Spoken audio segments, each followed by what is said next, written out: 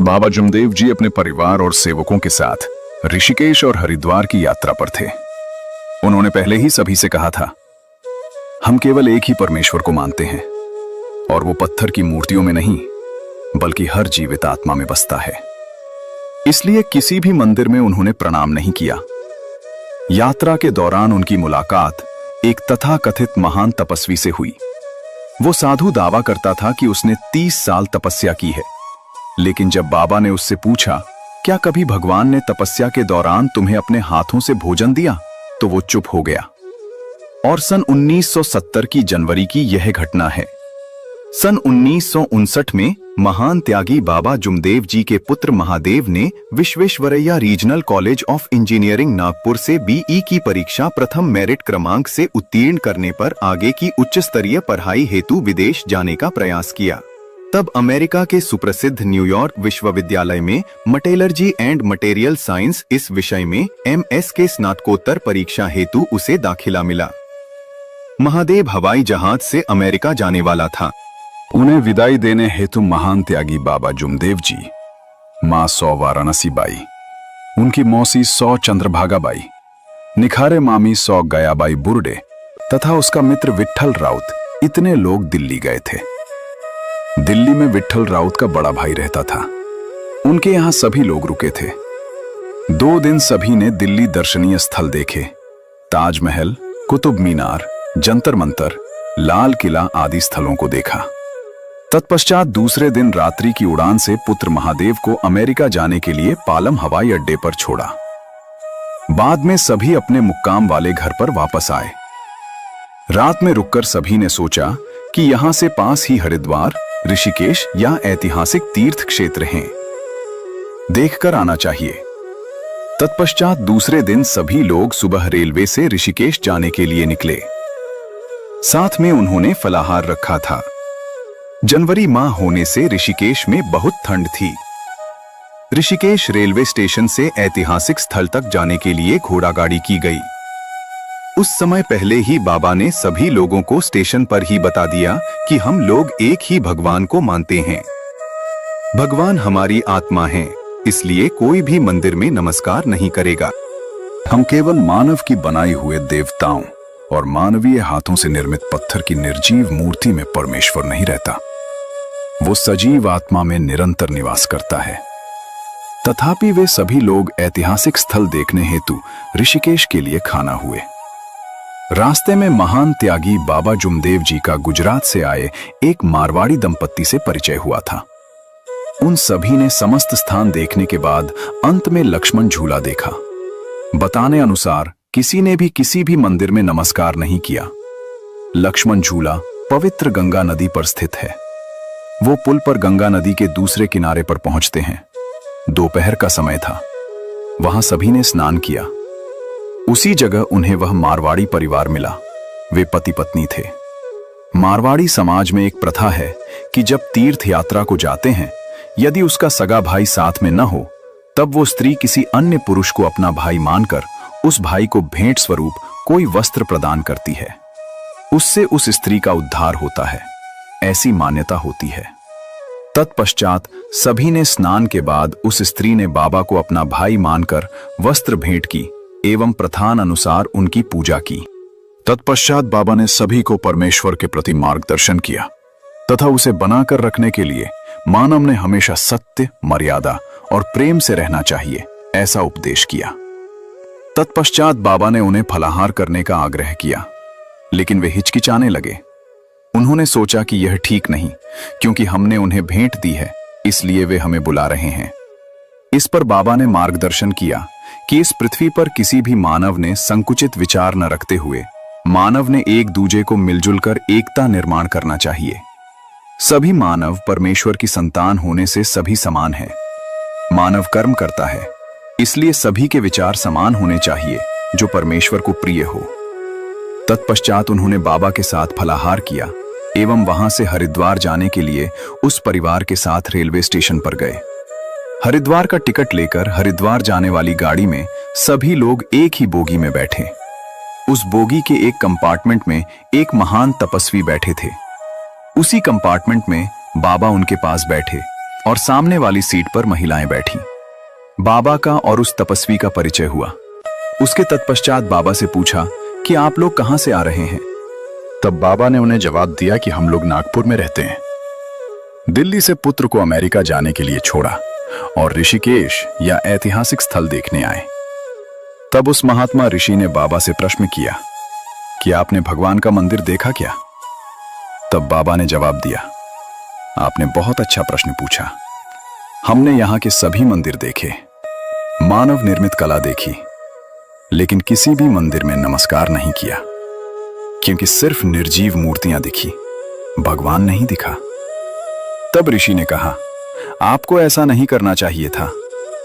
तत्पश्चात बाबा ने आगे कहा कि इस देश की लोकवाणी क्या है ये मैं नहीं जानता, लेकिन जो लोग परमेश्वर से संबंधित होते हैं उन्हें ऐसा लगता है कि मंदिर में प्रणाम न करने से परमेश्वर का अपमान होता है। इसलिए मैंने मंदिरों में प्रणाम न करने से परमेश्वर का अपमान किया है।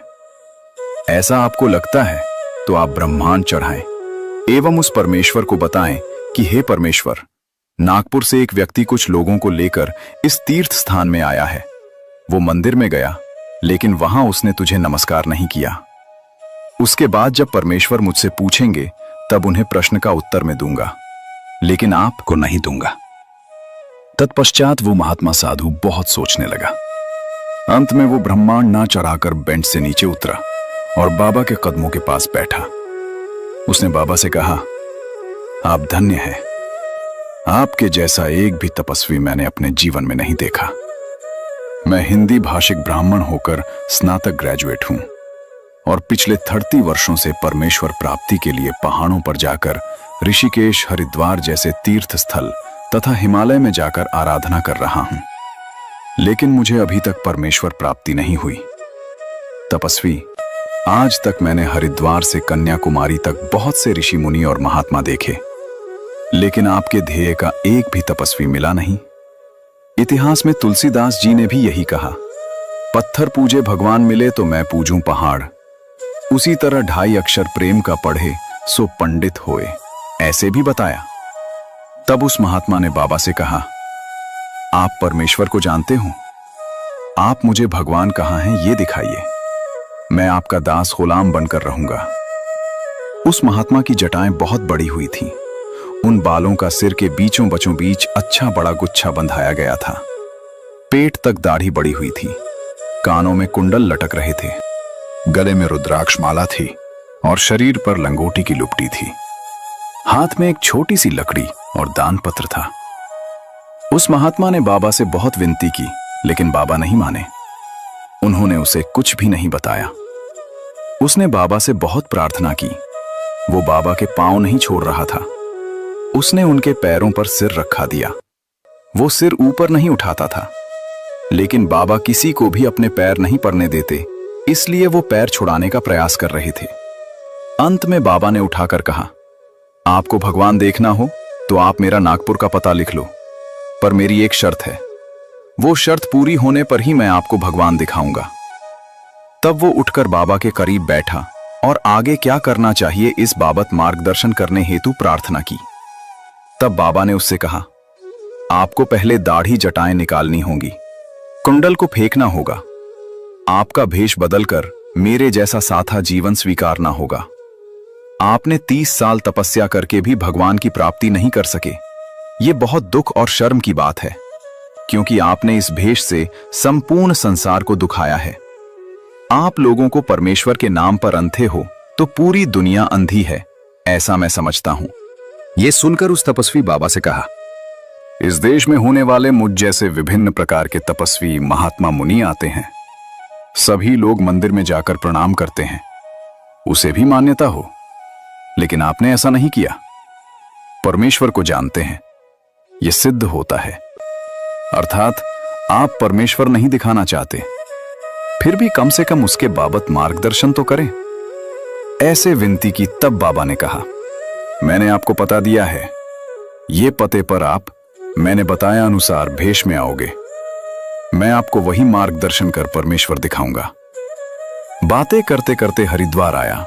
उसने बाबा का पता लिख लिया, लेकिन बाबा ने उसे परमेश्वर के बारे में मार्गदर्शन नहीं किया। इस चर्चा के दौरान बाबा ने उसे एक प्रश्न पूछा था कि महात्मा जी, इस देश में एक लोकवाणी है, लेकिन मैंने प्रत्यक्ष देखा नहीं। वो ये कि तपस्वी लोगों को उनकी साधना के दौरान भगवान उन्हें खाने की थाली परोसते हैं और बाद में वो खाना खाते हैं एवं भगवंत ही उनका सब पूरा करता है, क्योंकि तपस्या करते समय वो खाना नहीं पका सकता और खाना खाए बगैर कोई जिंदा नहीं रह सकता। इसलिए आप मुझे सच बताइए कि आपने तपस्या के दौरान आपके भगवान ने खाने की थाली लाकर दी क्या? अन्यथा आपने खाना कैसे खाया या इतने दिन भूखे रहकर कैसे जिए, ये पहले मुझे समझाइए। तब वो महात्मा साधु एकदम अवाक रह गया तथा उसने बाबाओं को नम्रतापूर्वक जवाब दिया, आपने जो लोकवाणी सुनी है वो झूठी है। भगवान खाने की थाली लाकर नहीं देता। तपस्वी लोगों के दर्शनार्थ लोग हमारे आश्रम में आते हैं, तब हम उन्हें 100 रुपए दो, भगवान आपकी मनोकामना पूरी करेगा, ऐसा आशीर्वाद देते हैं। इस तरह 30 वर्षों में करोड़ों रुपए कमाए, बहुत सारा धन पाया, लेकिन इतने दिन तपस्या करके भी भगवान देखने नहीं मिला, उसे प्राप्त नहीं कर सका। हरिद्वार आने पर सब लोग डिब्बे से नीचे आए। उस महात्मा ने बाबा का पता लिख लिया। बाबा का कहना यह है कि वो महात्मा आज तक उन्हें मिलने नहीं आया। इस कारण बाबा अपने सेवकों को हमेशा मार्गदर्शन कर जगाते हैं। उन्होंने इस बाबत निम्नानुसार उपदेश किया है। बाबा हरिद्वार में उतरने पर वहां के सभी मंदिर जाकर आए, लेकिन किसी भी मंदिर में उन्होंने प्रणाम नहीं किया, क्योंकि वे कहते हैं कि मंदिर में भगवान विराजमान नहीं है। तथापि वो हर एक आत्मा में विराजमान है। लोगों की दृष्टि को मंदिर में ही भगवान देखने की आदत हुई है, लेकिन उन्हें चैतन्यमय आत्मा में विद्यमान भगवान नहीं दिखता। लोग मंदिर की निर्जीव मूर्ति को भगवान समझकर उसे भोग चढ़ाते हैं। ये इस देश की परंपरा है। इसका मुझे बहुत खेद है। इस अंधश्रद्धा के कारण ऐसे ढोंगी व्यक्ति लोगों को भगवान का भय धाक दिखाकर लूटने का कार्य करते हैं। फिर भी ये लोगों के ध्यान में नहीं आता। इसका अफसोस होता है। इस देश में जो घटित हो रहा है उससे नैतिकता का पतन हो रहा है और देश में अधर्म हो रहा है। भारत में अनेक धर्म हैं। भारतीय लोग सुसंस्कृत हैं। भगवान समय समय पर आकार में प्रकट होकर जो सत्य है वो दिखाया है। इस देश का इतिहास इन लोगों को ज्ञात है। उसके बावजूद बाबा एवं लोग यह देख रहे हैं कि समस्त धर्म के लोग सत्य छोड़ असत्य की ओर दौड़ रहे हैं, और लोगों के असत्य की ओर दौड़ने से इस देश की हालत बिगड़ी है। असत्य भगवान को अप्रिय है। इस देश में भ्रष्टाचार हो रहा है। समस्त धर्म के लोग भगवान के प्रति मार्गदर्शन करते हैं, फिर भी इस देश से सत्य लुप्त हुआ। ऐसा क्यों? प्रत्येक धर्म के धर्म गुरु अपने अपने धर्म के लोगों को जागृत क्यों नहीं करते कि केवल सत्य ही परमेश्वर का प्रिय है और सत्य ही हमेशा के लिए शाश्वत नियम है। जो सत्य धर्म यहां स्थापित नहीं होगा तो असत्य ही इस देश का पतन होगा। सत्य का जागृत करने से ही इस देश को लाभ होगा। इसलिए बाबा सत्य जगाने का कार्य करते हैं।